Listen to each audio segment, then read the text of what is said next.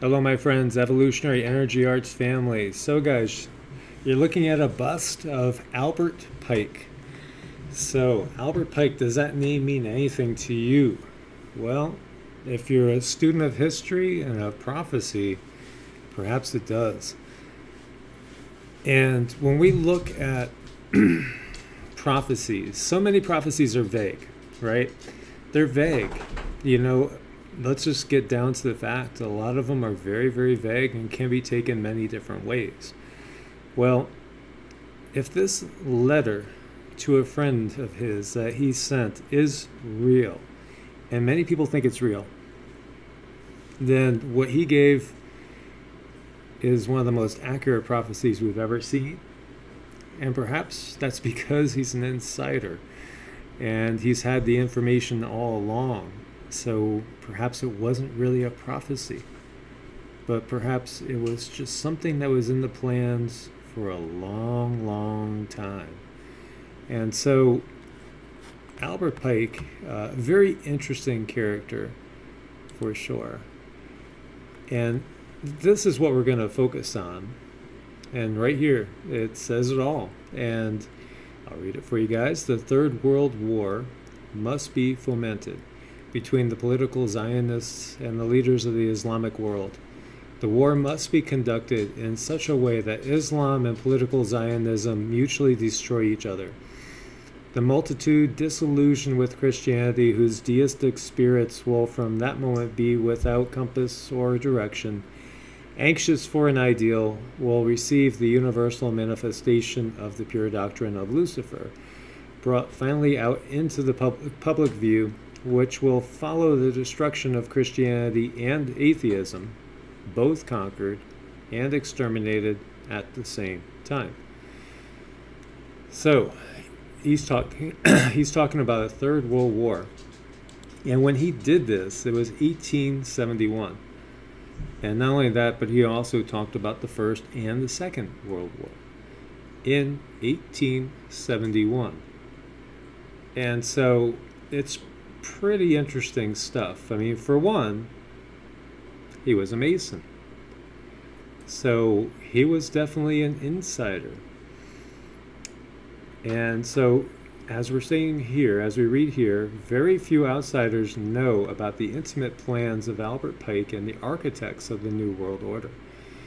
In the 19th century, Albert Pike established a framework for bringing about the New World Order.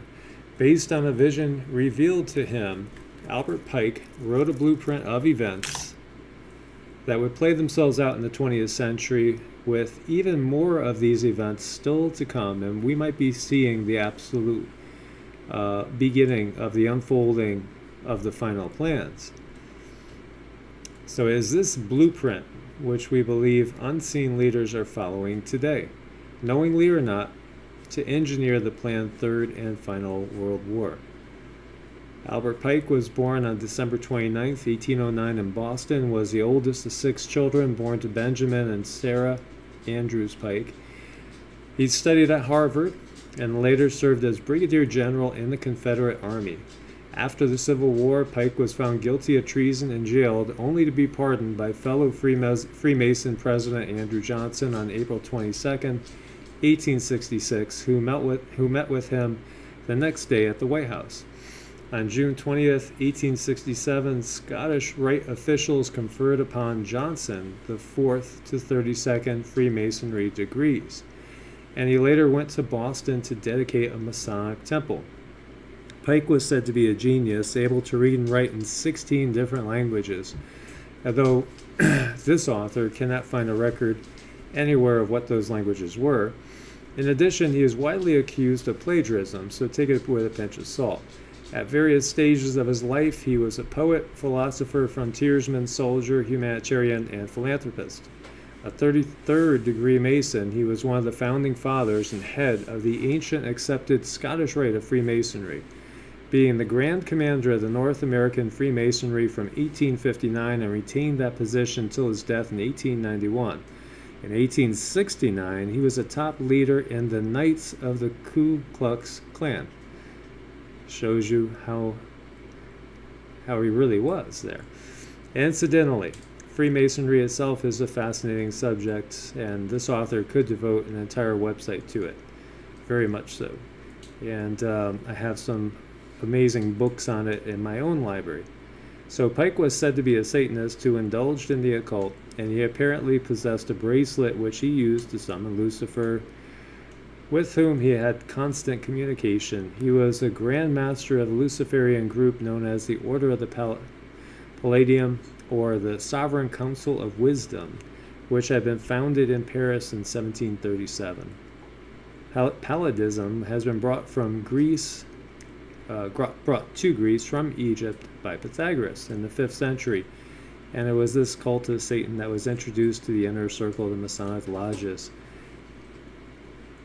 It was aligned with the Palladium of the Templars. In 1801, Isaac Long, a Jew, brought a statue of Baphomet to Charleston, South Carolina, where he helped establish the ancient and accepted Scottish Rite.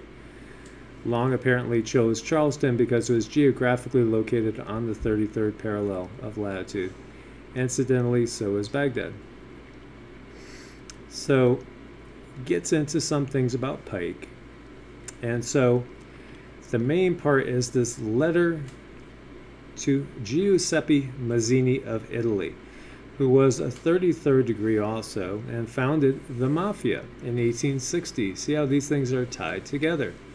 Together with Mazzini, Lord Henry Palmerston of England, also a 33rd degree Mason, and Otto von Bismarck from Germany, also a 33rd degree Mason. Albert Pike intended to use the Palladian Rite to create a satanic umbrella group that would tie all Masonic groups together. He died April 2nd, 1891, was buried in Oak Hill Cemetery, although the corpse of Pike currently lies in the headquarters of the Council of the 33rd Degree of Scottish Rite Freemasonry in Washington, D.C. So, there's a monument to Albert Pike, but let's go on into the letter itself. And so here I have a PDF for you guys to go into, and this is his letter to Mazzini. So one 33rd degree Mason to another, dated August 15th, 1871. The First World War must be brought about in order to permit the Illuminati to overthrow the power of the czars in Russia and of making that country a fortress of atheistic communism. The divergences caused by the agents of the Illuminati between the British and the Germanic empires will be used to foment this war. At the end of the war, communism will be built and used in order to destroy other governments and in order to weaken the religions. The Second World War must be fomented by taking advantages of the differences between the fascists and the political Zionists. This war must be brought about so that Nazism is destroyed and that political Zionism be strong enough to institute a sovereign state of Israel in Palestine. So, who brought back Israel after almost 2,000 years? I mean, Israel was destroyed in 70 AD. Well, the temple was destroyed, and we have the diaspora in 70 AD by the Romans. And so in 1948, Israel was reborn. But according to this, it's the Illuminati that actually had these plans, and they had to bring Israel back from non-existence. That's pretty interesting, isn't it? During the Second World War, international communism must become strong enough in order to balance Christendom, which would then be restrained and held in check until the time when we would need it for the final social cataclysm. The Third World War must be fomented by taking advantage of the differences caused by the agentur of the Illuminati between the political Zionists and the leaders of the Islamic world. The war must be conducted in such a way that Islam, the Muslim Arabic world, and political Zionism, the State of Israel, mutually destroy each other. Meanwhile, the other nations, once more divided on this issue, will be constrained to fight to the point of complete physical, moral, spiritual, and economic exhaustion. We shall then unleash the nihilists and the atheists, and we shall provoke a formidable social cataclysm, which in all its horror will show clearly to the nations the effect of absolute atheism, origin of savagery, and of the most bloody turmoil. Then everywhere the citizens, obliged to defend themselves against the world minority of revolutionaries, will exterminate those destroyers of civilization, and the multitude, disillusioned with Christianity, whose deistic spirits will from that moment be without compass or direction, anxious for any idea and ideal, but without knowing where to render its adoration, will receive the true light through the universal manifestation of the pure doctrine of Lucifer, brought finally out into public view.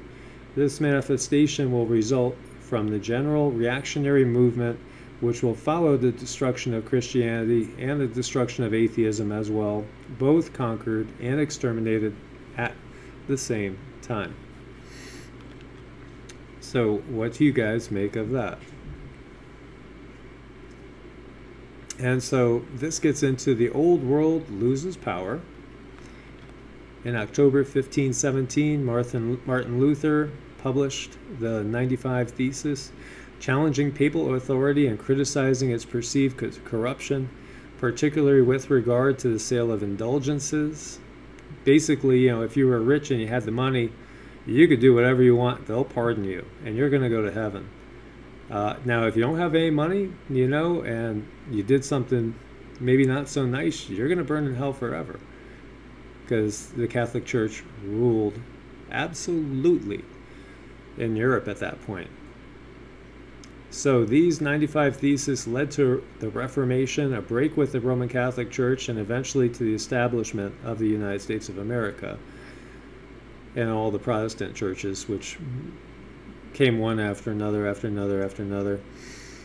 The Catholic Church lost power as a consequence of the power of the printing press, which brought about a Renaissance and Reformation.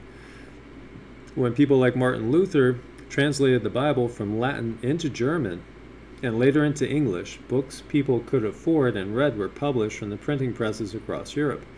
All of a sudden, people could actually read the Bible for themselves after, well, let's think, Council of Nicaea, 325 AD, 1517, that's a long time. It's almost 1,200 years people had to go on what they said without even reading anything for themselves.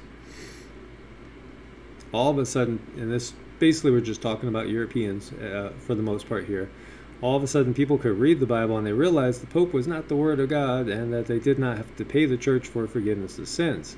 The Pope lost power in 1540, Ignatius Loyola, establishing the Catholic Mafia, known as the Society of Jesus, or the Jesuits, with the intent of destroying the Reformation and reverting power back to the Pope at whatever cost. And so there's a little link there to something called the Jesuit Oath of Office, filed in the Library of Congress.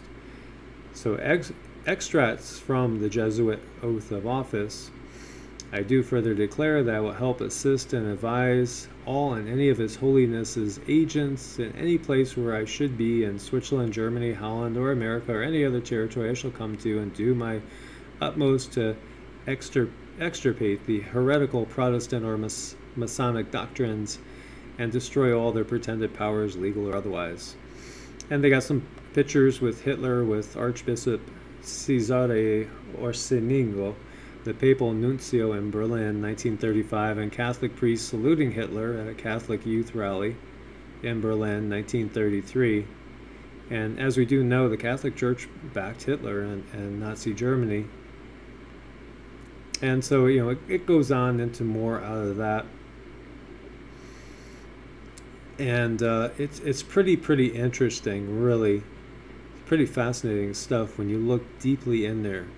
Because what we have going on right now, and here's just a little brief one out of the Daily Star of the UK, talking about that mystery. That 200-year-old letter revealed World War III plans in the final battle against Islam. Because you can see these things were set on a collision course. And so you gotta say, how far back does this go? How far ahead have they had things planned? Pretty far. Very, very far. Does it span hundreds of years? Yeah. Does it span thousands? Perhaps. It's very, very interesting to think about it. And now, we see all the headlines, and there's many people that feel that World War III is imminent. If we just look at what's in the news, you have headlines saying both China and Russia are preparing for World War III. You have people talking about 11/11 now. You have people, there's all sorts of dates, and we know it's in the plans. It's right out there. It's been in the plans. It's something that they've always had planned. And you just have to think, how far back does this go? How far back does it really go? Does it go all the way back to the founding of the Catholic Church? Does it go all the way back to ancient Egypt, ancient Sumeria? It's very, very interesting and not such an easy question to answer.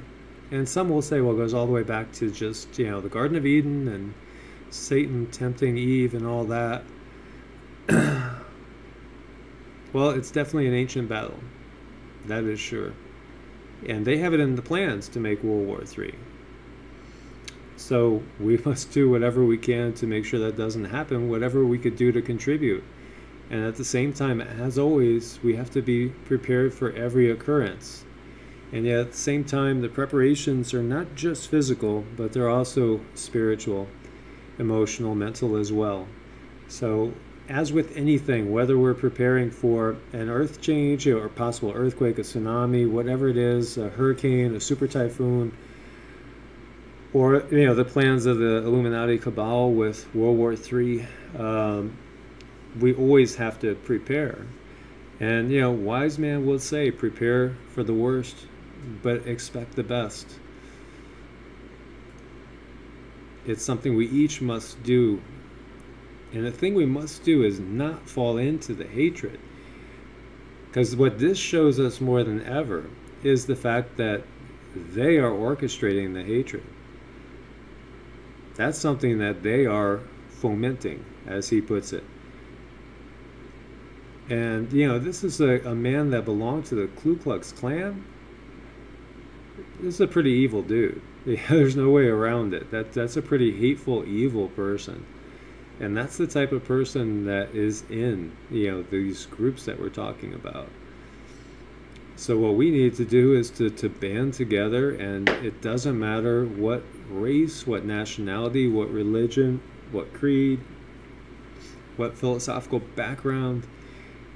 We need to band together and not allow ourselves to be manipulated, because they manipulate us on our fears, the fears of somebody that's not quite like us. So, if we're Jewish, then we're supposed to be afraid of, Islam, and that's the thing we have to get past. We have to find tolerance for everybody.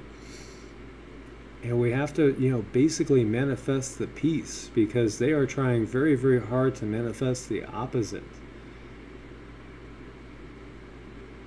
So we must counteract them as best we could. And that means not falling into their traps. Not falling into that left-right dichotomy. They're trying to foment division here in the United States. They're trying to, place a wedge between us, even deeper, between the liberals and the conservatives. It's pretty obvious. So we must counteract that wherever we can and find our unity. We have to unify. And we have to focus on peace and not allow them to cause another great destruction upon the planet. For truly, these people, like Albert Pike, are truly the spirit of Antichrist. They're totally the spirit of death and destruction, and completely Machiavellian in every way. So we can't fall into the traps they've laid for us. And we must reach out to each other and make sure that it doesn't happen. So my friends, as always, please do thumbs up to support the channel, share with as many people as possible, wake them up. Make sure you're subscribed and click the bell for all the notifications. May you guys always be blessed with abundant peace, love, health, happiness, and always kept safe. Namaste, my friends, and God bless.